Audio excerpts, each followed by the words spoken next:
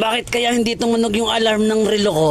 Anong oras na ba? May pamiting nga pala si Boss Jeremiah ngayon. Teka, ito ba yung magiging barracks natin? Bakit mukhang kasino at parang mga sugalan?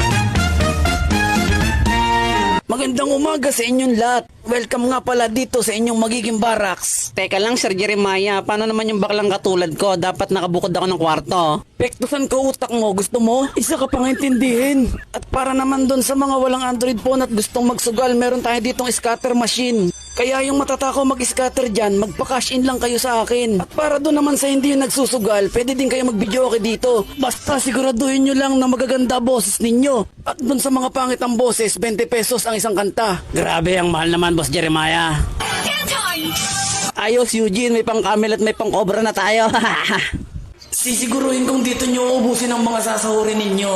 Parang sumisikip ang dibdib ko sa tuwing makikita ko na magkasama na kayo.